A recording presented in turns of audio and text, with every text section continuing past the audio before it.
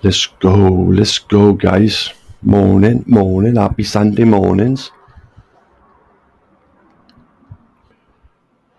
So this is going to be a quick one, guys. A little bit of footage come to me, I found last night. But maybe not so much for us. It might affect us in some little way, or maybe big, but maybe the Americans and the Chinese, the Australians, and it is the big quake. If you guys are aware of the San Andreas fault zone that runs down America and the Cascadia subduction zone. Yeah, there's some interesting doggy coming up, which I'm going to bring you. Welcome, guys, whoever's with me. Even if you're there, come off. Let's have a look here.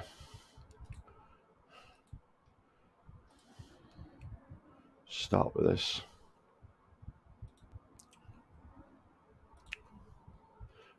Start with this.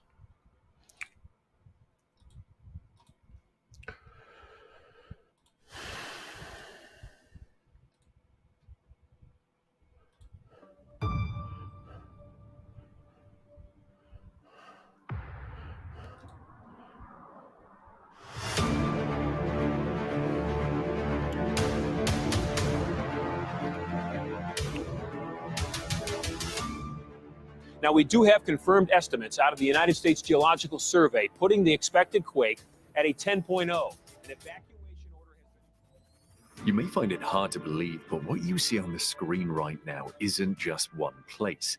In fact, this is the place where the Pacific Plate and the North American Plate lie adjacent to each other. So if you visit this place with a friend, both of you can be in the same area, but stand on two separate tectonic plates.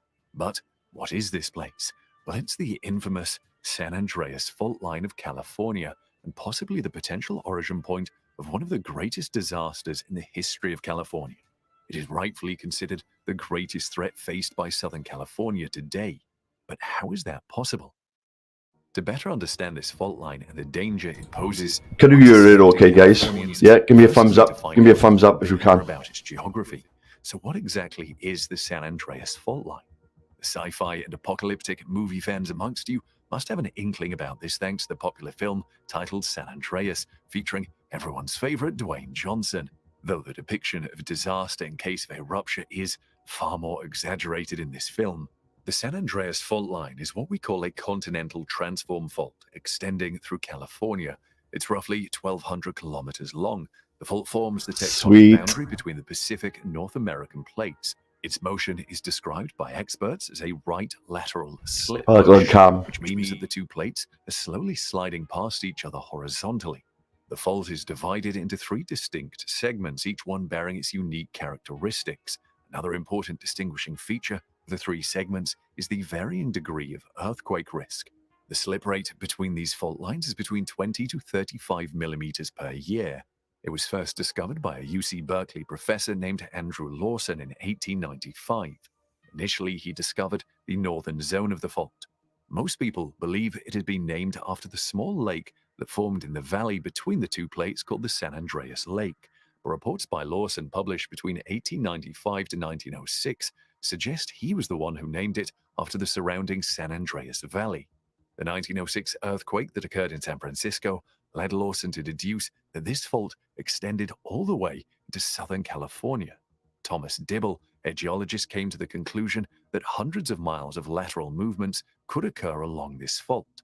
Experts believe this major fracture in the Earth's crust began forming in the mid-Cenozoic era almost 30 million years ago. Tectonic movement along this fault has been related to multiple large earthquakes originating close to the surface along its path. The plate tectonics theory proposes that San Andreas represents the strike-slip boundary between the Northern Pacific and North American plates. The Northern Pacific Plate is apparently sliding laterally past the North American Plate in the northern direction. The three segments of the fault are called the northern, central, and southern segments. The northern segment runs from Hollister and terminates at Mendocino Triple Junction. The central segment runs northwest from Parkfield to Hollister, and the southern segment stretches from Parkfield to the Salton Sea. Geologists have explained that the southwestern movement of the North American plate towards the Pacific plate is creating compressional forces along the eastern side, while the northwest movement of the Pacific plate is also producing significant compressional forces that are particularly pronounced at the point where the North American plate has forced San Andreas to jog westward. A great majority of the Californian population resides in the vicinity of this fault, and a few towns, cities, and roads are even built on it. A tunnel of the Bay Area Rapid Transit System of San Francisco is bored exactly through the fault area. Slippage of the plates doesn't happen annually. Instead, the pressure from the compressional forces builds up over many years and finally slips in the form of one significantly large earthquake. And these earthquakes are the reason why scientists are always worried about these fault lines. It's quite evident that most of this fault line is covered by development, which means the people residing here are constantly at risk. Driving north from Los Angeles on Interstate 5, you will reach the Tejon Pass, which runs exactly along the fault line. And if you want to see the artifacts of this fault with your own eyes, this is the place to be. Here on the roadside, one plate scraping past the other is clearly visible. The gray metamorphic quartz monzonite you see here belongs to the Pacific plate, while the rich brown sediment sandstone and siltstone are from the North American plate. It's not possible for these two rocks to have formed together on their own. It only happened because of the sliding movement of the two plates. Between the two layers is a layer of black rock, also called fault gouge. This is where the actual fault line is. If an earthquake were to hit this area, it would probably sever the Interstate 5 and completely cut the major transportation route to and from Los Angeles. Continuing north into the Central California Valley and then turning west, you will reach the Carrizo Plain. Thankfully, this is mostly a rural area with little to no development over the fault line. But the best place to see the fault line is the Elkhorn Scarp from above. At this place, quite an evident dip between the borders of the two plates is visible. Interestingly, the shifting of the plates also leaves its marks on the local waterways. Creeks crossing the fault line tend to have their courses altered with the movement over years. Seismologists have explained that a major release of stress in the southern portion of the San Andreas fault system hasn't occurred since the year 1857, and therefore it's only a matter of time before the fault generates a large-scale and potentially destructive earthquake. But when is this going to happen, and what has made the experts think that it will happen? A few years ago, Thomas Jordan, the director of the Southern California Earthquake Center, made a bone-chilling announcement. According to him, the San Andreas Fault is apparently in a critical state and can generate a huge earthquake at any moment. He said that the southern portion of the fault line looks locked, loaded, and ready to go.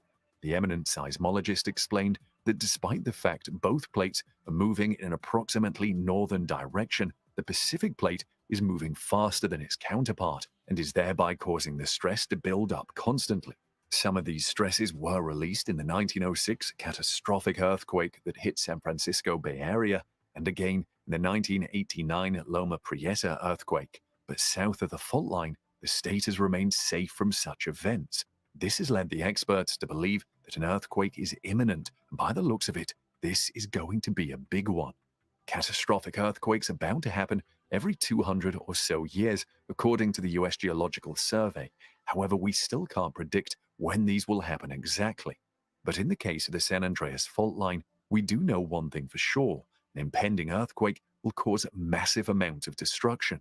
The middle section of the San Andreas fault is now prone to much larger earthquakes than previously believed. Between the towns of Hollister and Parkfield, the fault undergoes an aseismic creep. This means here the two sections of the fault move imperceptibly and release the stress, thereby avoiding any large magnitude earthquakes. But researchers have found out that in the past, this section may have experienced some high magnitude earthquakes. According to Genevieve Kofi, an earthquake geologist at GNS Science in New Zealand, the large quakes on this part of the fault probably occurred within the last 3 million years. She also believes that even if the stress doesn't build up to the point where it causes a massive earthquake here at the fault, it could act as a conduit for the quakes originating at the northern and southern section of the fault line. While it's hard to accurately predict when the massive Big One might hit, the seismologists make a point of releasing a forecast for the likelihood of such an event every few years to keep the public vigilant. More than a decade ago, seismologists modeled how the ground would shake on the southern part of the San Andreas Fault, and environmental scientists and engineers use this data to estimate the effects of a hypothetical earthquake of 7.8 magnitudes. Their speculations and various other models have predicted that the effects of such a quake in California will be catastrophic, to say the least. So what will happen if it cracks and the Big One finally hits the Coachella Valley? Let's begin by looking at this earthquake simulation developed by the California Academy of Sciences. You can see here that San Andreas might be the source of a lot of movement detected in the Bay Area, but multiple other fault lines also cut through the coastal part of California, forming a complex network of potentially hazardous fractures. The Hayward Fault runs almost parallel to the San Andreas fault line, and it accounts for a good amount of movement between the two plates. Hayward has barely shifted since its 1869 earthquake. This simulation will show you what may happen in case just 50 miles of any fault running through California ruptures. It would trigger an event having around 1/16 the intensity of the 1906 San Francisco earthquake. The ground movement it may cause will vary depending on the proximity of the mountains, the type of soil, and other factors. Using these factors, scientists calculate the shaking intensity of the quake. Now you can see the effects of a 9.2 magnitude earthquake from the Cascadia fault line, and it was felt all along the Pacific coastlines. You can see when it hits Hawaii, and then Hawaii reverb-rotates the wave to the west coast. A tsunami makes its way to Indonesia, Asia, New Zealand, Australia, and Latin America. Experts believe the Big One will hit the state with an almost similar force. That in the upcoming 3 decades, there's a 99% chance of an earthquake of a magnitude 6.7 or greater hitting California. And there's a 46% chance that this earthquake will be of 7.5 magnitude or more. The recent predictions limit the magnitude of this imminent earthquake to 8. Devastation in any case will be a given. According to the 7.8 magnitude hypothetical model, with slippage of 2 to 7 meters, the construction straddling the fault will be most severely affected. However, thanks to the Alquist-Priolo Earthquake Fault Zoning Act, constructions in this zone are few and far apart. But besides the construction, this earthquake will affect around 90 fiber optic cables, 966 roads, 39 gas pipes, and 141 power lines crossing this zone.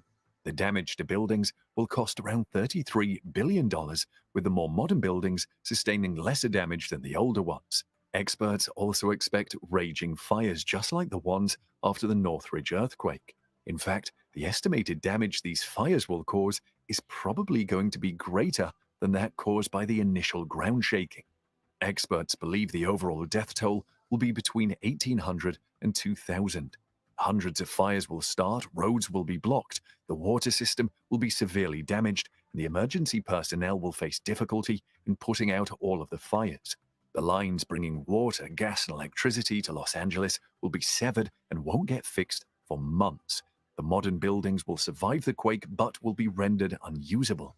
Aftershocks will keep shaking the valley in the coming days and may lead to further destruction. Lucy Jones, a USGS seismologist, thinks this is somewhat of an underestimation. According to her, the fire damage after the earthquake is surprising, but it could be much worse in case these Santa Ana winds are blowing when the earthquake hits. These are seasonal winds that blow dusty, dry air from inland to the coast and will gravely increase the risk of wildfires. The Los Angeles water reserves wouldn't last more than 6 months and would result in a severe drought. The overall damage can amount up to $200 billion. Around 50,000 people will get injured and 2,000 will die. Lucy said that it's not so much about dying in the earthquake, it's more about being miserable after the earthquake, and people might just give up on Southern California. Everything the population relies on would be damaged, and it will take more than a year to fix it all. In the absence of functional infrastructure, the economy will probably collapse, and people will just abandon this part of the state, including Los Angeles. To summarize, When the big one hits, Southern California is going to be massively affected and the damage will be significant. However, Californians aren't strangers to the devastation caused by the ground shaking, so maybe the consequences won't be as drastic as Lucy Jones has speculated. Many experts at the Pacific Northwest Seismic Network also speculate that such earthquakes can cause aftershocks that could trigger tsunamis. These tsunamis will send massive waves of water crashing onto the land and will eventually lead to flooding. In fact, a phenomenon called seiche can cause smaller water bodies like pools to launch powerful water waves.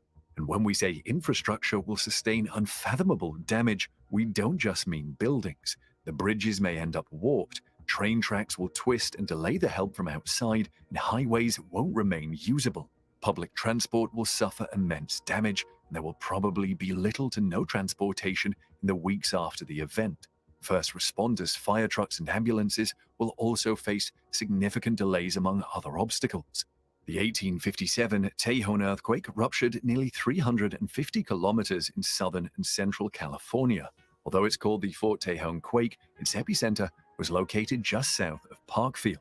The magnitude of this earthquake was recorded to be 7.8 and resulted in the deaths of 2 people. In 1906, California wasn't as lucky, and a 7.8 magnitude earthquake ruptured nearly 340 kilometers in northern California. The epicenter of this one was near San Francisco. The damage it caused was monumental. Northern California was hit by this major quake on April 18, 1906. High-intensity shaking was felt from Eureka to the Salinas Valley. Fires broke out soon after the quake, and it took the authorities several days to put them out. It is remembered as one of the deadliest earthquakes in the history of the United States. It destroyed more than 80% of the city and killed more than 3,000 people. The death toll of this event is considered the greatest loss of life from a natural disaster in California. Property losses worth $400 million were suffered by the state in 1906, which amounts to more than $8.5 billion today. Another earthquake hit San Francisco on March 22, 1957. It was a 5.7 magnitude quake and considerably less severe than the 1906 one. The financial losses from this one amounted up to $1 million, and only one person died in this quake. The epicenter of this earthquake was the San Andreas Fault in the ocean west of San Francisco. In 1989, the Loma Prieta earthquake ruptured almost 40 kilometers near Santa Cruz, California. 63 people died in this event, and moderate damage was sustained by some vulnerable locations in the Bay Area. The magnitude of this quake was nearly 6.9. The most recent earthquake in the region occurred on the 24th of September 2004. The 6.9 magnitude quake shook the Parkfield area, but the aftershocks continued for a week after the main event. The kind of movement occurring along the fault plays a major role in these earthquakes. Blocks on the opposite sides of the fault tend to move horizontally as already established. If you stood on one side of the fault and looked across it, the block on the opposite side would appear to have moved to the right side. In the 1906 earthquake, roads, fences, and rows of trees and bushes crossing the fault were offset by several yards. The roads crossing Tamales Bay were offset by almost 12 feet. In each case, the ground west of the fault noticeably moved relatively northward. Sudden offset capable of initiating an earthquake occurs in one section of the fault at a time. The total offset unevenly accumulates over time, primarily by movement on the first one, followed by movement in another section of the fault. The sections that produce massive earthquakes remain locked and silent for more than a century, allowing the strain to build up. And then this strain is released in great lurches in the form of huge earthquakes. Other stretches of the fault are accommodated by the creeping movement instead of generating sudden earthquakes. According to geologists, the total displacement accumulated from this movement and the earthquakes is around 350 miles along the San Andreas Fault since the time it came into existence nearly 20 million years ago.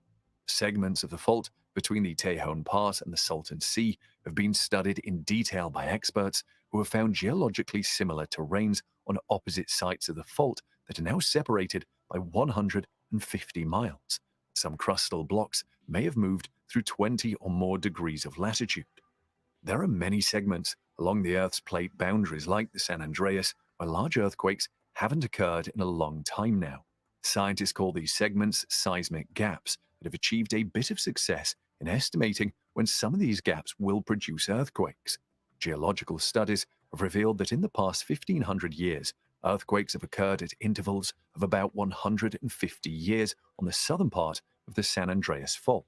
And according to this estimate, the last massive earthquake on the southern San Andreas occurred in 1857, so the next 30 years are probably when the next one will happen. The San Francisco Bay Area is at a lesser risk as it has been less than 150 years since the 1906 earthquake. However, the area is still susceptible to potentially hazardous, moderate-sized earth-rattling events that can occur at any time. Experts are, however, optimistic that large-scale events won't occur without a premonition. Such an earthquake will be preceded by several years of increase in seismic activity, will possibly include multiple aftershocks of magnitude 5 along the San Andreas Fault.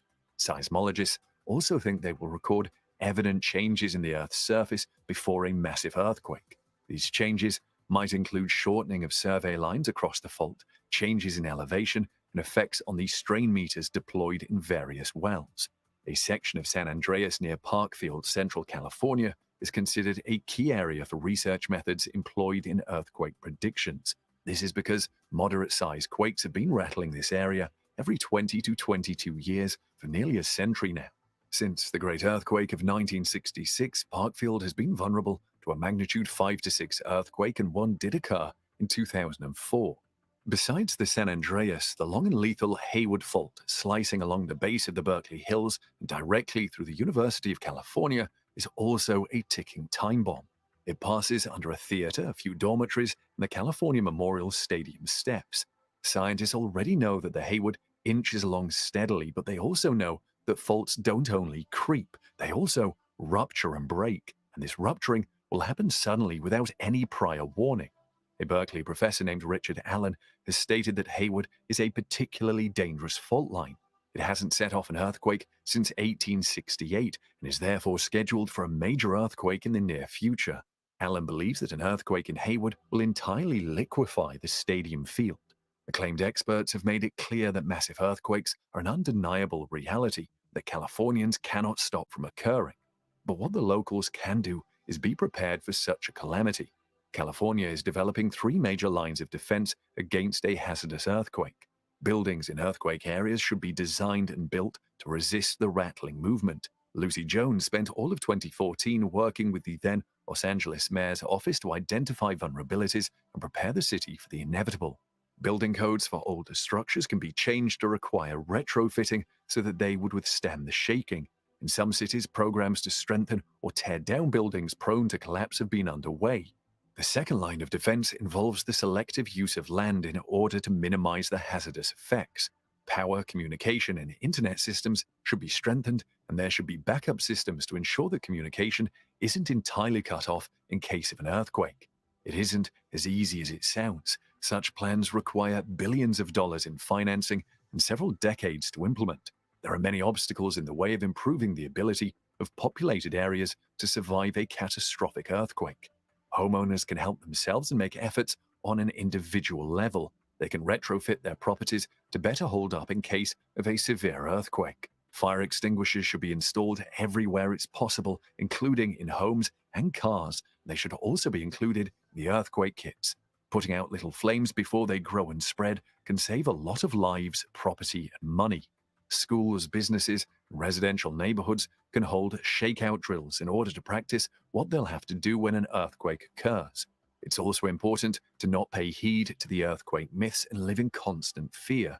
Geology reports have confirmed that when the big one hits, California is not going to break off from the US, and it definitely won't slide into the sea.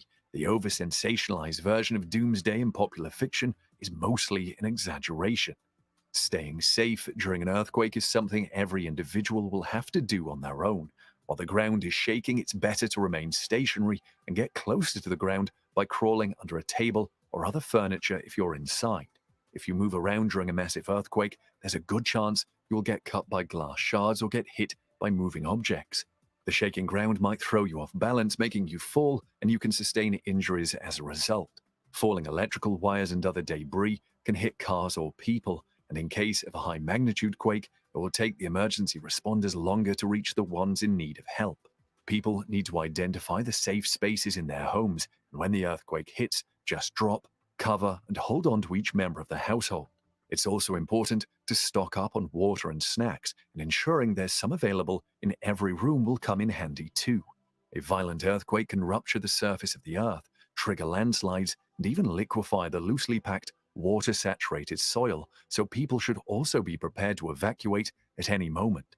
Experts can't pinpoint when the big one will happen and whether it will be as big as they're speculating it to be.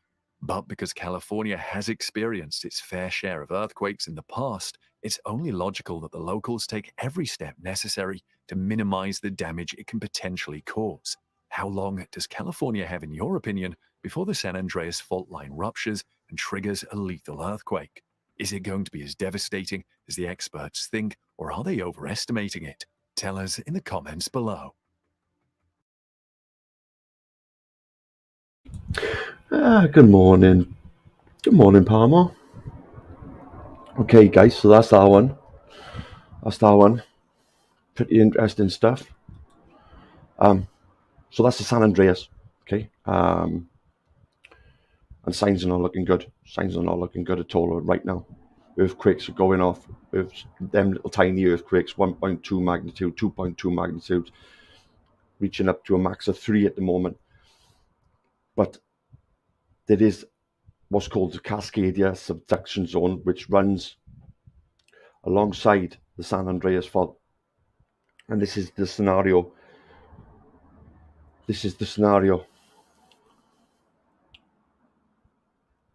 So let me just show you this one.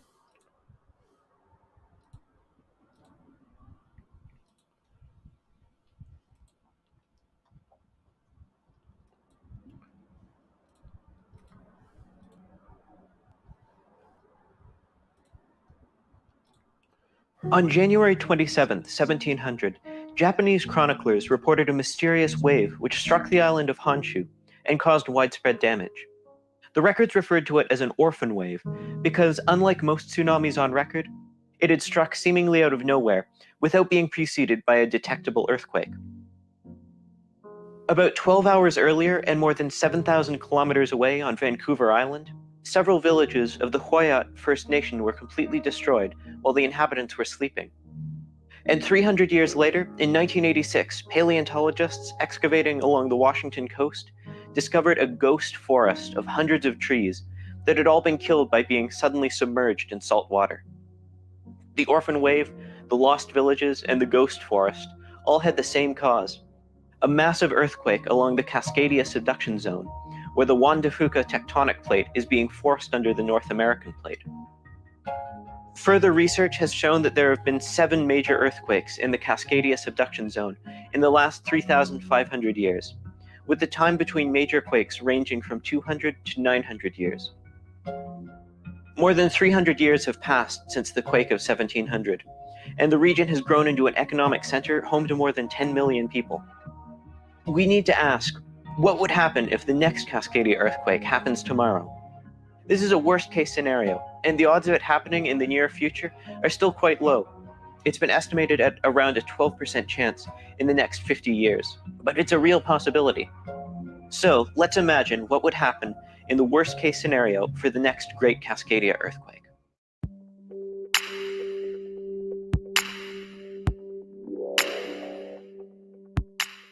For this scenario, we're going to look at the impact of a magnitude 9.0 earthquake occurring on a weekday morning in late spring. Throughout the region, people are beginning their days. Students are arriving at school, and in the major cities of Vancouver, Victoria, Seattle, and Portland, businesses are gearing up for another normal workday. The major seaports and airports in the region will handle more than 200,000 passengers and $600 million worth of cargo by the end of the day.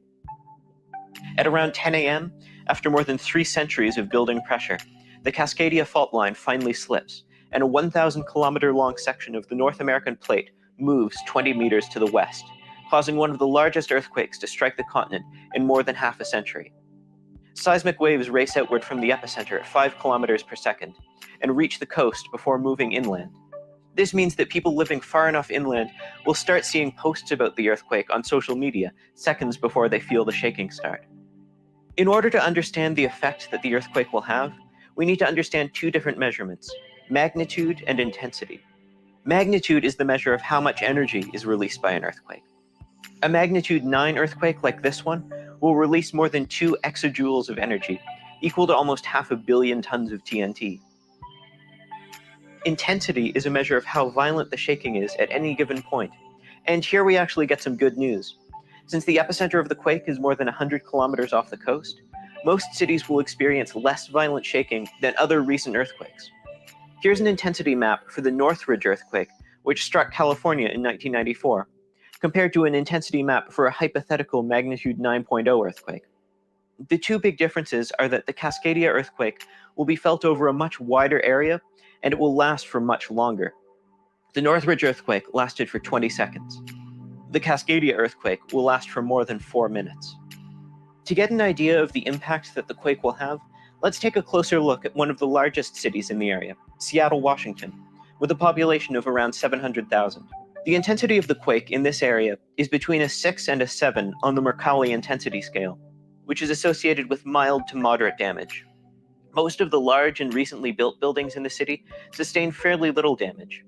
Of greater concern are the 1,100 unreinforced masonry buildings in the city, with more than 30,000 occupants. These buildings predate the current codes, and most of them haven't been retrofitted. Many of these buildings are prone to collapse, and those that don't might cause injuries as a result of falling debris. Other risks facing the city include soil liquefaction, where areas of wet soil begin to behave like a liquid during an earthquake and cause damage to roads and foundations. Thousands of landslides occur across the city, blocking roads and damaging buildings. Landslides, building collapses, and soil liquefaction occur throughout the Pacific Northwest. By the time the shaking stops, water, power, and cell service have been lost across most of the region. Nearly 1,000 highway bridges and overpasses have collapsed, or are rendered unusable, cutting off road access for dozens of communities. And the worst is still yet to come. When the fault line slipped, it displaced billions of liters of water, creating a wave which begins to radiate outwards at 800 kilometers per hour. People living along the coast will have around 20 minutes to react. For those with limited mobility or cut off by damaged roads and bridges, options will be very limited. The height of a tsunami depends on the shape of the coastline. Because of the steep coasts in the region, the tsunami won't be as high as some other recent ones. However, at 10 to 15 meters, it's still high enough to completely inundate low-lying coastal communities and cause flooding up rivers more than 50 kilometers from the coast. Over the next several hours, the wave will radiate outwards across the Pacific and cause damage as far away as Alaska, Hawaii, and Japan. Aftershocks continue, possibly for months after the initial quake. Relief efforts are almost immediately mobilized from all levels of government, but they'll have their work cut out for them. It's immediately apparent that this has been one of the worst disasters to strike the continent in recent history. Hundreds of thousands of buildings have been destroyed or damaged beyond repair. More than 100,000 people are left homeless, with many more being displaced. Up to 10,000 people might be killed.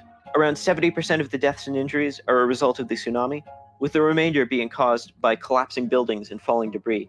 This would be the deadliest disaster to hit the United States or Canada in more than a century.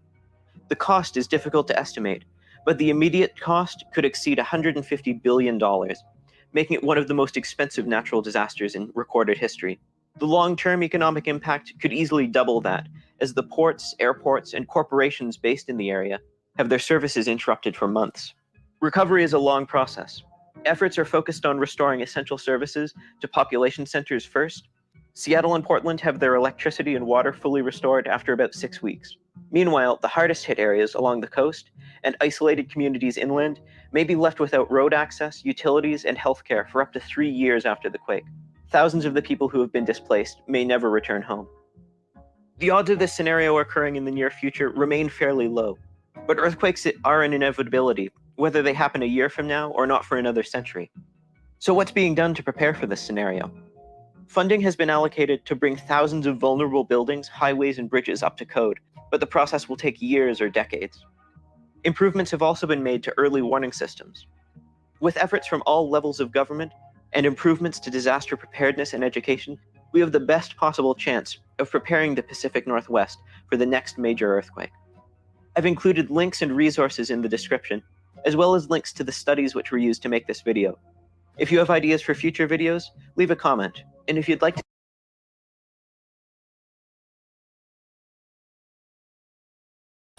Okay, guys, don't be scared. We're in Britain. We're in Britain.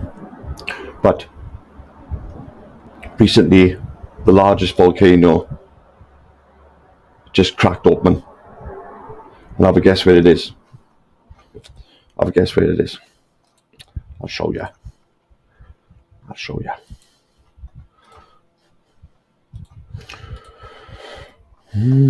It's not looking good. Not looking good. This is a map of Hawaii, an island state in the western United States located 2,000 miles from the US mainland. Hawaii comprises almost all of the Hawaiian archipelago and is home to the Mauna Loa, which is possibly the greatest volcano on Earth. Besides Mauna Loa, there are 4 other volcanoes that make up the island of Hawaii. These include Kohala, Mauna Kea, Hualalai, and Kilauea.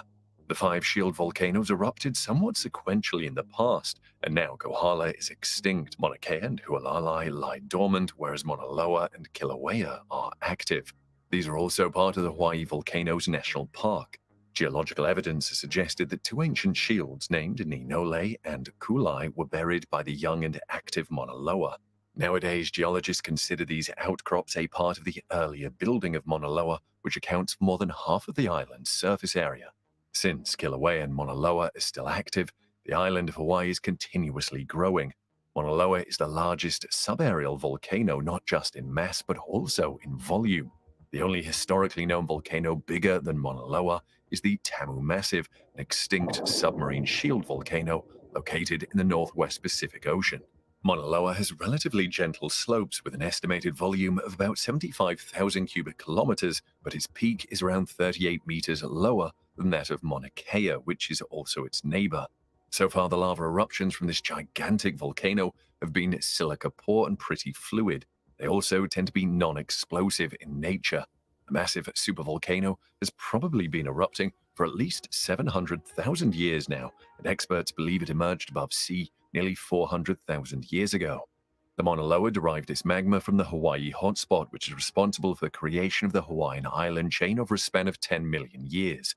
Geologists have predicted that the slow drift of the Pacific plate will carry the volcano away from the hotspot in about 1 million years, and it will eventually become extinct. But for now, it's here right over the hotspot, brewing and blowing as it keeps humanity on edge from the fear of a devastating eruption. The most recent eruption at Mauna Loa occurred between March 24th to April 15th in 1984. While the recent eruptions of this giant volcano have been casualty-free, the 1926 and 1950 eruptions did destroy villages. Mauna Loa has been included in the Decade Volcanoes program, which encourages the study and analysis of the most dangerous volcanoes in the world. And because Mauna Loa fits the very definition of dangerous and potentially hazardous volcanoes, the Hawaiian Volcano Observatory has been intensively monitoring it since 1912. Most people think an asteroid will strike the planet and end life here, or maybe a nuclear war will, but there's also another gruesome way for life as we know it to come to a sudden halt. The raging magma building pressure, eager to ooze out from the Earth's surface, can also destroy the planet we live on.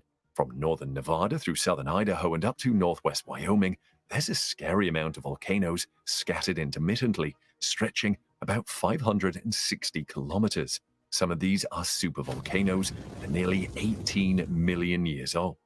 So what exactly is a supervolcano? Well, it's a volcano with a documented past eruption having a volcanic explosivity index of 8, the largest ever recorded value on the index. The volume of deposits for such volcanoes is always greater than 1,000 cubic kilometers. The supervolcanoes form when magma from the mantle of the Earth makes its way to the crust but is unable to break through it. Pressure keeps building in the massive and continuously growing pool of magma until the crust finally gives way. Unable to contain the pressure, it ruptures. This can occur at hotspots like the Yellowstone caldera, the Hawaii hotspot, Louisville Ridge, St. Helena hotspot, Canary hotspot, and others. The large volume supervolcanic eruptions are mostly associated with the large igneous provinces where lava and volcanic ash can cover huge areas. Super eruptions can be incredibly devastating.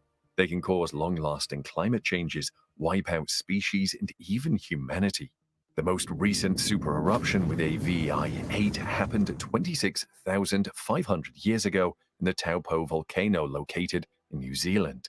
The Deccan traps were produced by the Reunion host pit around 66 million years ago. And according to scientific consensus, this event being coincident with the Cretaceous Paleogene extinction event wasn't a chance occurrence. Similarly, the largest flood basalt event, called the Siberian traps, occurred about 250 million years ago.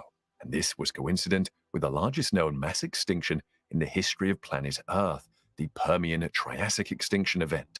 This clearly indicated that if the volcanoes go rogue, no one can stop the end of the world from happening. Mount St. Helens, an active stratovolcano located in Skamania County, Washington, is also a part of the Cascade Volcanic Arc, a segment of the Pacific Ring of Fire.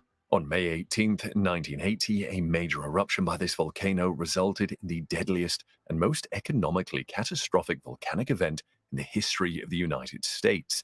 A series of phreatic blasts from the summit escalated into a major explosive eruption that took place at 8:33 a.m. on the fateful day. This eruption had a volcanic explosivity index of 5. The eruption was preceded by a 2-month-long series of earthquakes and steam venting episodes. An earthquake on May 18th caused the entire weakened north face to just slide away. This sector collapse was the largest recorded subaerial landslide in history.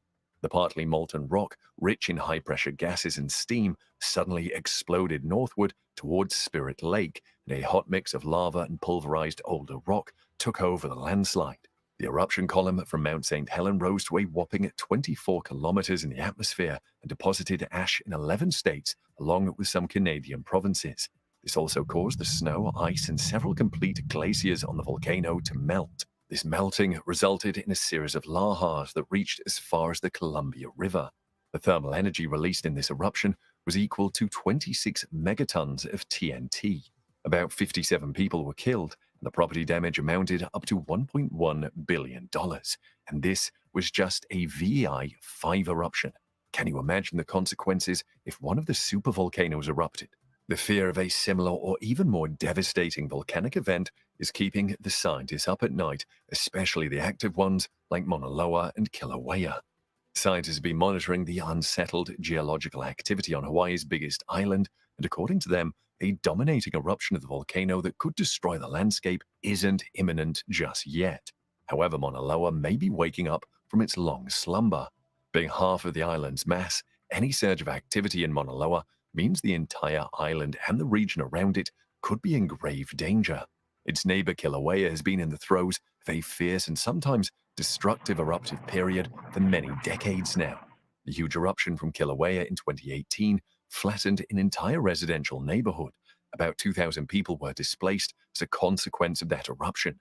This dramatic activity of Kilauea has been stealing attention from the biggest sibling, who has been asleep since its last eruption in 1984. In March of 2021, the Hawaii Volcano Observatory recorded more than 200 small-magnitude earthquakes underneath Mauna Loa. These, along with other observations indicating increased activity, suggest that the flow of magma into the shallow storage system of this volcano has increased. It's now an established reality that Mauna Loa is waking up. Scientists are emphasizing that an eruption isn't around the corner or a necessary outcome, but HVO has urged that now is the time to revisit personal eruption plans. Areas on the western shore of the island, just south of the main tourism hub of Kilauea Kona, have been deemed the most vulnerable. Here, the lava flow in case of an eruption would reach the ocean and the populated areas within a matter of hours. In the previous eruption of Mauna Loa in 1984, lava reached the outskirts of Hilo on the other side of the island, but it took several weeks to get this far. The earthquakes that shook the Hawaiian Peak the previous year were followed by enhanced seismic activity on the summit that lasted for a good few months. Mauna Loa has erupted around 33 times since 1853, but since the 1984 eruption from the summit crater, it hasn't seen any eruption or active lava flow. The last eruption of Mauna Loa was so intense and massive that the lava only stopped 7 miles from Hilo. All of this activity and even the existence of the Hawaii island chain can be attributed to the slowly drifting Pacific plate of the Earth. It's drifting across a hot spot in the Earth's mantle by a few inches every single year. This adds up to around 32 miles per million years. The rising magma from this hotspot pushes up and out of the shield-type Hawaiian volcanoes, leading to a constant growth in the islands. The rising and releasing magma and gases beneath these volcanoes make the Earth move. This movement is often manifested as earthquakes, thereby indicating that another eruption is possibly on its way. Such seismic spikes have been observed before previous eruptions too. This is exactly why the Hawaiian Volcano Observatory is reminding the residents to prepare for a possible eruption, just like the residents of any area seeing regular hurricanes prepare for the season in advance. Pre-planning and vigilance will come in handy in case of an emergency. Depending on where and how the eruption happens on Mauna Loa, the speed at which the lava flows reach various areas would greatly differ, as indicated by this lava flow response time map issued by the USGS. The seismic activity at Mauna Loa right now is not even close to what it was in 1985 or in the previous eruptions yet. But with such active volcanoes, it's not a matter of if it erupts. In fact, it's a matter of when it erupts, especially now that the activity on Mauna Loa has gained momentum. And not just Mauna Loa, the risk of other Hawaiian volcanoes erupting has also substantially increased. It's important to understand that we don't even know where the lava flow in case of an eruption might come from. As in the 2018 eruption of Kilauea, the lava didn't come from the famous crater. In fact, it oozed out from dozens of fissures that opened in a residential neighborhood. Scientists are doing their best to predict and prepare for these eruptions. They warn people to stay on alert, but the locals have their own belief system too. There's a saying in Hawaii about the goddess of the volcano that Pele goes where she wants. So when she starts to move, all people can do is move out of the way and hope that she wants them beforehand. However, this doesn't mean the locals don't prepare for impending disaster. Nowadays, they pack go bags containing all the essential items in case they have to evacuate in an emergency. They usually keep all important documents like birth certificates, deeds, legal papers in their go bags, along with food, medication, and personal hygiene products. It has to be noted that an eruption at Mauna Loa doesn't necessarily mean a threat to the locals or their property, as half the eruption recorded in the history of this massive volcano have remained contained to the remote summit region. But that doesn't mean people should be careless, as some eruptions have sent lava flowing into the ocean within a few hours. The extent of an eruption is difficult to predict ahead of time, but it's better to be safe than sorry. Besides, lava isn't the only harmful product of an eruption. The toxic gases coming along with it can also be fatal. While the Mauna Loa keeps the residents of Hawaii on edge, there's another giant with much more hazardous eruptions in its history that might also be rising from its slumber, making the worst of our nightmares a possibility. Yes, we're talking about the Yellowstone caldera located in Yellowstone National Park. Scientists are now trying to predict how this ticking time bomb will explode while hoping that it just fizzles out. This sleeping giant in the western United States occasionally stirs up, but so far it hasn't fully woken up in 70,000 years. However, it will be incredibly difficult to deal with this forceful beast when it does finally wake up. This massive supervolcano sits in a hotspot made of molten and semi-molten rock and is breathing in and out thanks to the movement of magma underneath it. The magma underneath Yellowstone pools into a magma chamber or reservoir only 6 to 10 kilometers beneath the park, causing the ground to swell and rise. And when this magma finally starts cooling down and solidifying, the ground falls again. Since 1923, volcanologists have been measuring this activity. According to them, the ground rose nearly 25 centimeters between 2004 and 2009, but in 2010, the land began to fall. This slow and steady rise has puzzled many scientists who believe this activity may be a premonition of an impending eruption. They're worried that the eruption at the Yellowstone caldera will be much more intense than we fear from Mauna Loa's eruption, owing to the history of this supervolcano. According to Dr. Steve Anderson, a volcanologist and earth science professor at the University of Northern Colorado, scientists don't know what to expect in case the Yellowstone volcano erupts. During July 2022, this year, the University of Utah seismographic stations located 59 earthquakes in the Yellowstone National Park region. These stations were responsible for the operation and analysis of the Yellowstone seismic network. The largest event of the month was a minor earthquake of 3.1 magnitude. It was located nearly 14 miles south-southwest of Mammoth Hot Springs. It occurred on the 30th of July at around 1:44 a.m. This event was part of a swarm of 13 small earthquakes that occurred between the 29th and 30th of July. Such earthquakes account for about 50% of seismic activity in the Yellowstone region. The continuous GPS stations in Yellowstone caldera have also recorded a few millimeters of uplift close to the Norris Geyser Basin since the beginning of summer. The deformation has been attributed to snowmelt that percolates into the ground and causes the surface to swell up like a sponge. This signal is an annual occurrence and is superimposed on the yearly trend of the caldera subsidence. This has been ongoing since 2015 at a rate of 1 to 2 inches annually. The current activity in the caldera doesn't indicate an eruption coming in the near future. Learning from the past is necessary in the case of this supervolcano. The level of recent underground activity has fueled some speculation regarding the intensity of a future eruption. In the past decade, the volcano has continually risen at the fastest rate ever recorded. The Yellowstone region averages between 1,000 to 3,000 earthquakes every single year. While most of them are unnoticeable with a magnitude less than 3, these quakes do tell the scientists a lot about the speed of magma filling the chamber underneath.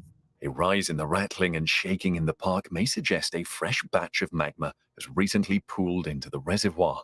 However, because absolutely everything happening in the caldera hasn't been analyzed for long, it's not easy to predict what exactly is going on. This makes it harder for geologists to estimate the next move of this massive volcano, rendering it all the more dangerous. The analysis of the Yellowstone volcano's distant past does provide some clues, however. Geological evidence points that the Yellowstone has produced 3 colossal eruptions in the past 2.1 million years. Volcanologists have stated that these eruptions occurred at gaps of nearly 600,000 years to 800,000 years. Evidence suggests that the last great eruption occurred 640,000 years ago and is sprawled throughout the park and across thousands of kilometers of the landscape surrounding it. Each of the 3 eruptions vomited out massive amounts of volcanic ash, gas, magma, and other debris that ended up covering most of the continental US. Some of the material from the past explosions has been found as far away as Louisiana. And after each eruption, the volcano collapsed on itself, sucking in trees, mountains, and almost every other thing in the landscape. The depression formed as a result of this activity is called a caldera, and experts have warned that a caldera-forming eruption event in Yellowstone will be a colossal natural hazard. They've also explained that the last Yellowstone eruption was nearly 1,000 times greater than the devastating Mount St. Helens eruption that killed more than 50 people, thousands of animals, and burned hundreds of square kilometers of land in Oregon and Washington. The last explosion from the Yellowstone volcano shot a fatal plume of ash, lava, and toxic gases thousands of meters into the air. A third of the continent was plunged entirely into darkness by this event. The pyroclastic flows sped across the region at astonishing speeds, burying and shattering almost everything that came in their way. The magma spilling out of the ground scorched the beautiful landscape for many kilometers. Some evidence of the last eruption is also found in the 50 kilometers wide and 70 kilometers long Yellowstone caldera. The remnants of the volcanic debris can still be observed in an area now called the Lava Creek Tuff. So what will happen if Yellowstone does erupt? Well, according to experts, the lava from the volcano will probably destroy just about everything within a 40-mile radius of the blast. Major cities like Denver, Salt Lake City, and Boise would possibly be wiped out. The massive amounts of volcanic materials in the atmosphere will eventually rain down toxic ash across the whole of the US, but the Northwest will face the worst conditions. The ash will also kill plants, animals, crush buildings with its weight, block the roads, and completely destroy the farmlands for an entire generation. According to the Federal Emergency Management Agency, the eruption of Yellowstone can estimatedly cause $3 trillion worth of damage. However, the most horrific aspect would still be the loss of life. The scientists are hoping that such an event doesn't occur. They've established that such explosions are extremely rare. The last lava flow from Yellowstone took place around 70,000 years ago, but even today hikers come across evidence of the previous eruptions in form of distinct rock layers along the trails. Today, scientists are keeping a close eye on every single hiccup of this volcano now that its activity keeps warning us of a major event in the future. The 1815 explosion of Mount Tambora, located on the Sumbawa Island, modern-day Indonesia, can provide us some insight into what a massive eruption from one of the world's active and potentially hazardous volcanoes will look like. This has been deemed the most powerful volcanic eruption in recorded human history. The VI7 eruption spewed out 160 to 213 cubic kilometers of volcanic material into the atmosphere. This was the most recent confirmed VI7 eruption. Mount Tambora reached its climax on the 10th of April 1815. A rise in steaming and small phreatic eruptions occurred during the coming 3 years. The ash from this eruption was dispersed around the world and led to the lowering of global temperatures. This prompted what we now know as the year without a summer in 1816.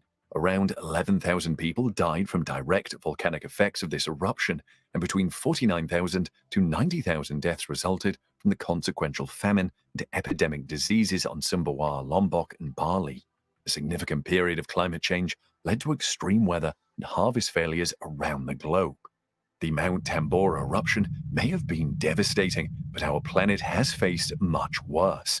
Some 200 million years ago, huge and widespread volcanic eruptions triggered the end Triassic extinction, believe it or not. This massive extinction decimated 76% of all marine and terrestrial species and marks the end of the Triassic period. This was the event that cleared the way for dinosaurs to dominate Earth for the coming 135 million years. Not a lot is known about what caused this extinction, but most scientists agree that the massive volcanic eruptions from a large region over a short period of time played a key role in this. The large region, known as Central Atlantic Magmatic Province CAMP, spewed huge amounts of lava and gas containing carbon dioxide, sulfur, and methane. This sudden burst of gases may have created intense global warming and acidification of the oceans, and ultimately resulted in the death of thousands of plant and animal species. Researchers at MIT, Columbia University, and many other acclaimed institutions have now determined that these eruptions occurred exactly when the extinction began. This is strong evidence favoring the theory that volcanic activity indeed triggered the end Triassic extinction. From their measurements, a team of scientists have reconstructed the volcanic activity in this region 201 million years ago. According to this reconstruction, the eruption of magma occurred in repeated bursts over a period of 40,000 years. It's a pretty short geologic period. Sam Boeing, a professor of geology in MIT's Department of Earth, Atmospheric, and Planetary Science, has stated, "There's no question the extinction occurred at the same time as the first eruption. If activity like that happens again, there's a thin chance that humanity will be able to survive it. Should we seriously start thinking about packing our bags and moving to Mars in the future?" The latest volcanic eruption that frightened the entire world began on the 20th of December 2022 on the Hunga Tonga Hunga Ha'apai. This submarine volcano is located in the Tongan archipelago in the southern Pacific Ocean. The eruption reached a powerful and immense climax around 4 weeks after the initiation of 15th of January 2022. The Hunga Tonga lies only 65 kilometers north of the country's main island named Tonga Tapu. It is part of the highly active volcanic Tonga Kermadec Islands volcanic arc. The eruption was rated at least a VI5 on the Volcanic Explosivity Index. The eruption triggered tsunamis in Tonga, Fiji, American Samoa, Vanuatu, and along the entire Pacific Rim. As a consequence of this eruption, damaging tsunamis struck the coast of New Zealand, Japan, the United States, Russian Far East, Chile, and Peru. At least 4 people lost their lives, and many were injured. Some even remain missing to date in Tonga from the tsunami waves that reached a height of 20 meters. It was the largest volcanic eruption since the Mount Pinatubo eruption in 1991, and most powerful one since the 1983 eruption of Krakatoa. Experts at NASA determined that this eruption was hundreds of times more powerful than the atomic bomb dropped on Hiroshima. This means it was far larger than any other 20th century volcanic event of nuclear bomb test, only rivaled by Krakatoa eruption, but it took place in the 19th century. An official at GNS Science explained that the suspected cause of the tsunami associated with the Hunga Tonga event was an undersea eruption that destroyed a part of the island on the 14th of January. This caused seawater to fill in the volcanic vent, triggering a second undersea explosion the next day. The second explosion was so huge it penetrated through the overlying water and initiated the tsunami. The economic damage from this eruption in Tonga mounted up to $90.4 million. The Global Facility for Disaster Reduction and Recovery reported that 600 buildings, including 300 houses, were damaged, by the tsunami. Around 85% of Tonga's agricultural economy was also severely affected. Now, experts may be optimistic that such catastrophic events will not be occurring anytime in the future, but there's really no way of absolutely determining what's going on in the hotspot under these formidable volcanoes. At some point, one or more of these supervolcanoes are bound to explode, and we don't know how humanity will cope with the brunt of such a deadly event. Besides, what can we actually do except evacuate in case indicators of an eruption appear right? So among all the other possible catastrophes that can wipe out life on Earth, we need to keep in mind that a likely source of devastation is the magma brewing beneath us. In your opinion, which of these, the world's most active and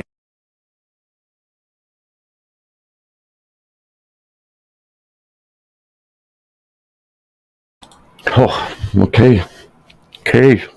Quite interesting, guys. Very, very interesting stuff.